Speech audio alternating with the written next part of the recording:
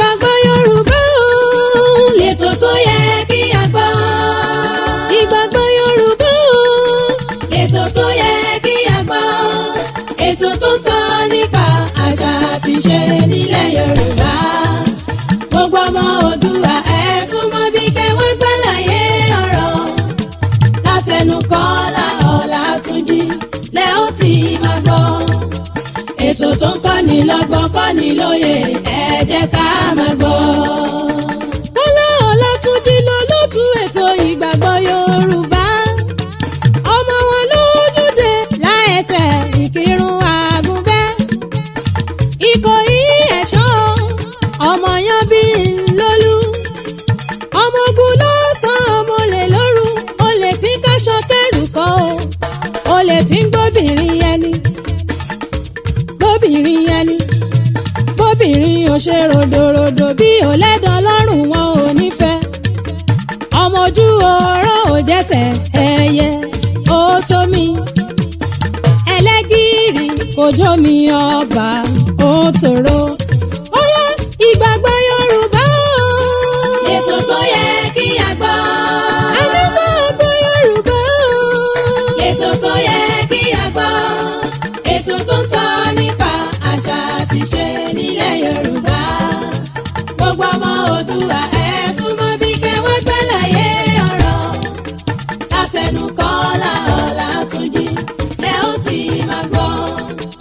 Ètò tó ń kọ́ni lọ́gbọ́n kọ́ni lóye ẹ jẹ́ ká máa gbọ́. Èmi ni o, èmi náà sì tún kọ́ Ọlọ́run ọba Elédùmarè ni.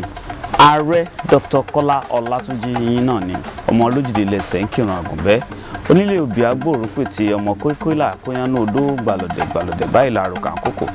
Ikú akóyánú odó gbogbo alámọ̀ pé bẹ́ẹ̀ bá ṣe bẹ́ẹ̀ kọ́ka yóò di ìyọnu ni. Ẹ kú dédé wòye gbogbo ibi tẹ́ ti ń gbọ́ mi.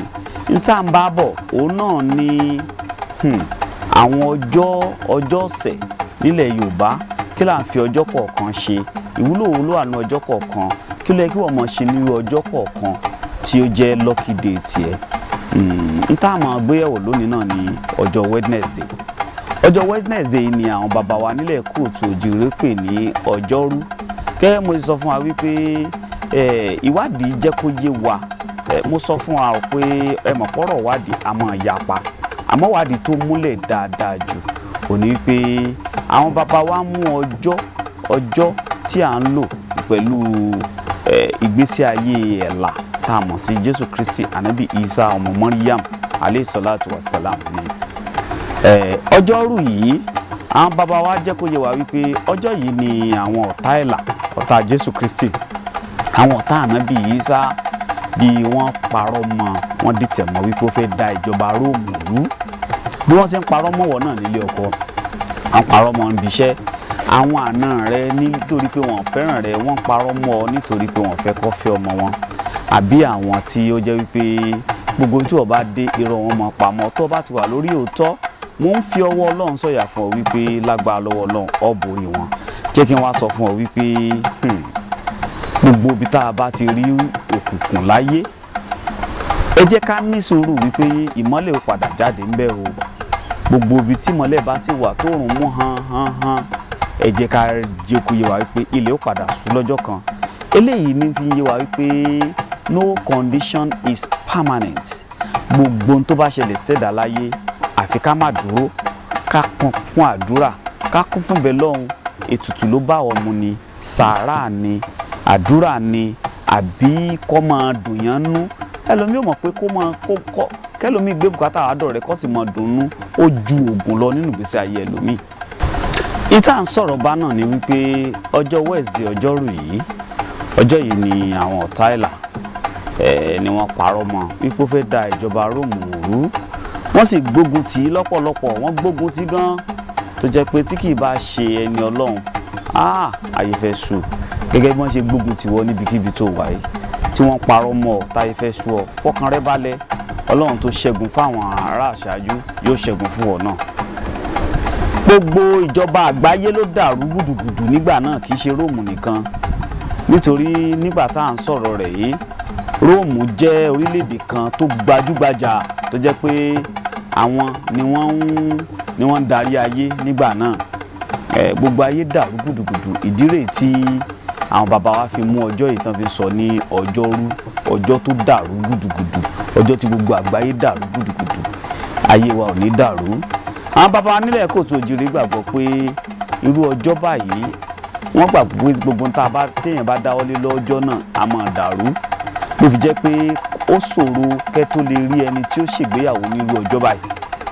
Ó ṣòro kẹ́ tó rí ẹni tí ó bẹ̀rẹ̀ ilé kíkọ́ ní irú ọjọ́ báyìí. Ó ṣòro kí ẹ tó kó ẹgbẹ́ jọ ní irú ọjọ́ báyìí. Ó ń ṣẹlẹ̀ o, àmọ́ kò wọ́pọ̀. Ìgbàgbọ́ àwọn bàbá wa ni pé irú ọjọ́ báyìí ọjọ́rú ni gbogbo tán bá dáwọ́lé nígbà náà a máa dàrú. Ara àwọn ọmọ tí a bí ní irú ọjọ́ báyìí tí àwọ̀ wọn bá irú ọjọ́ báyìí mu ni àwọn ọmọ tí a pè ní àwọn ọmọ Gemini. Àwọn ọmọ tá a bí láti May 21 sí June 20, May 21 sí June 20. Àwọn ọmọ yìí a máa rẹwà, wọn a máa rẹwà gidigidi gan, wọn a sì máa bínú, wọn a máa lágídí. Ìràwọ̀ afẹ́fẹ́ ní ìràwọ̀ wọn. Ìṣẹ́gun sì wà fún wọn, la fi máa ń sọ fún àwọn tó wà lábẹ́ ìràwọ̀ yìí pé àṣàsí sábà ràn wọ́n, àfàwọn tí wọ́n bá rán atẹ́gùn iṣẹ́ sí wọn. Ìràwọ̀ afẹ́fẹ́ Gemini, àwọn tá a bá bí ní May 21 sí June 20 ni wọ́n ń sọ̀rọ̀ rẹ̀ yìí. Nǹkan funfun ló dáa fún wọn jù láti máa lò, àti àwọ̀ yẹ́lò àbí àwọ̀ green. Wọ́n sì fẹ́ràn láti máa jẹ̀fọ́ jíjẹ. Àwọn wọ̀nyí ló jẹ́ pé àmì ìbejì ni wọ́n. Inú kó jẹ́ wípé wọ́n jẹ́ ìbejì, àbí kó jẹ́ wípé ìbejì wà nínú fámìlì wọn, àbí kó jẹ́ wípé ìbejì wà nílé ìyá àbí ilé bàbá wọn. So àwọn tó ní jọ Wednesday gẹ́gẹ́ bí lucky day, àwọn ni àwọn tó ní ìràwọ̀ Gemini tó jẹ́ ìràwọ̀ afẹ́fẹ́ ni wọ́n. So ẹ dákun nítorí Ọlọ́run, gbogbo ẹ̀yin tẹ́ ń wò wá, ẹ bá wa subscribe, ẹ tẹ subscribe, ẹ bá wa share fídíò yìí, ẹ like ẹ comment. Bẹ́ẹ̀ bá ṣe bẹ́ẹ̀ ẹ ń ṣe wá láǹfààní ni. Ẹ má gbàgbé láti pè wá sórí àwọn nọ́mbà tó ń lọ lójú ìwòran yìí fún ìbéèrè àbí mọ̀ràn. Ọlọ́run á wà pẹ̀lú wa. Bye bye, I love you so much. Ètò tó ń kọ́ni lọ́gbọ́n, kọ́ni lóye, ẹ jẹ́